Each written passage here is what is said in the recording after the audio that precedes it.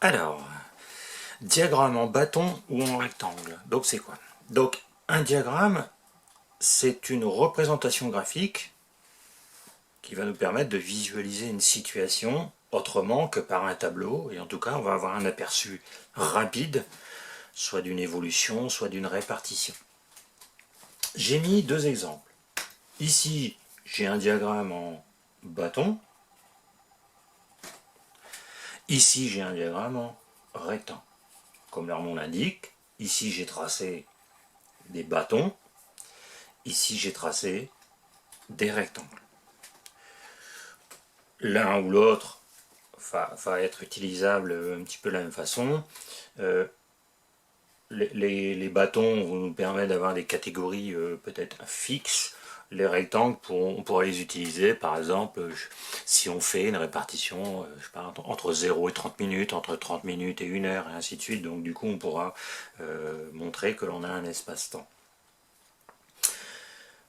Le graphique est composé de deux axes qui sont perpendiculaires, un axe horizontal qu'on appelle l'axe des abscisses, donc ça c'est l'axe horizontal, et un axe vertical qu'on appelle l'axe des ordonnées.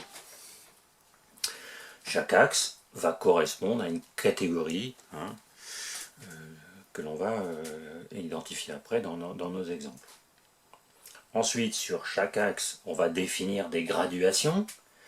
Une graduation sur l'axe des abscisses à l'horizontale pour avoir une répartition homogène ou en tout cas à intervalles réguliers de nos bâtons ou de nos rectangles,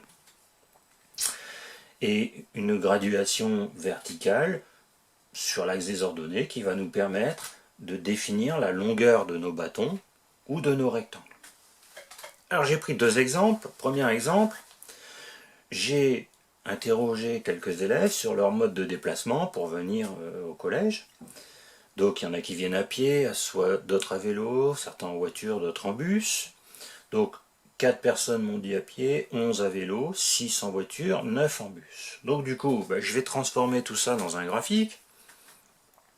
À l'horizontale, en abscisse, je vais mettre les modes de déplacement, toutes les catégories. J'ai espacé régulièrement mes catégories. Alors ici, j'ai pris 1 cm entre chaque catégorie, sachant que peu importe ici à quel endroit je démarre, je me suis décalé volontairement un petit peu plus du zéro pour ne pas être gêné par mon axe vertical, mon axe des ordonnées. Mais ça n'a pas tellement d'importance ici, puisque on parle de catégorie, après on va voir la répartition sur cette partie-là. J'ai ensuite gradué mon axe des ordonnées, mon axe vertical. Alors je regarde un petit peu mon tableau, je vais de 4 à 11, donc maximum 11, donc je m'arrange pour que je puisse au moins aller à 11, mais sachant que je commence ici à 0. Mon axe des ordonnées commence à 0. Et puis ensuite, c'est parti. À pied,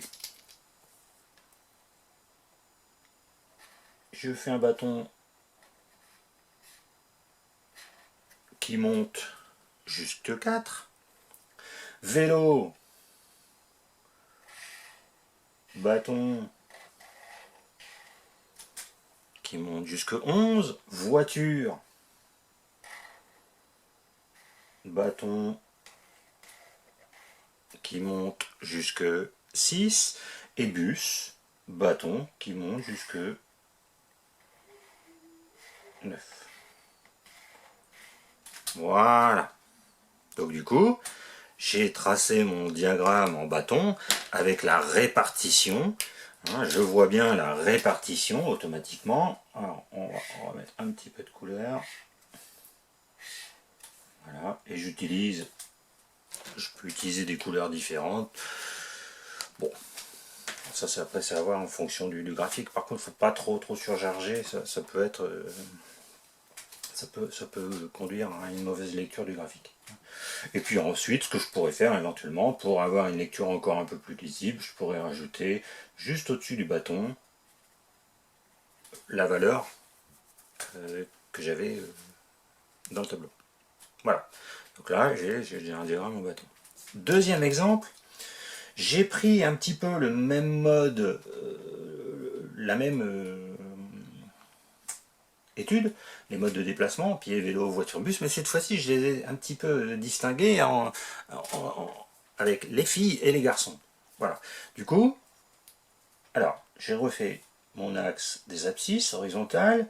Là, j'ai mis pied à pied, j'ai mis 1 cm. J'ai séparé d'un demi-centimètre, 1 cm vélo, 1 demi-cm, 1 cm voiture, 1 demi-cm, 1 cm bus. Et puis cette fois-ci, je vais faire un petit peu différemment. Donc par exemple, je vais reséparer chaque catégorie en deux. Vous allez voir pourquoi. Les filles, à pied, 5 filles viennent à pied. Donc du coup, je vais faire 5 en rectangle. Je vais faire un rectangle 5. Et juste à côté, pour pied, je vais faire garçon 3. Voilà. Je continue, vélo, fille 2, garçon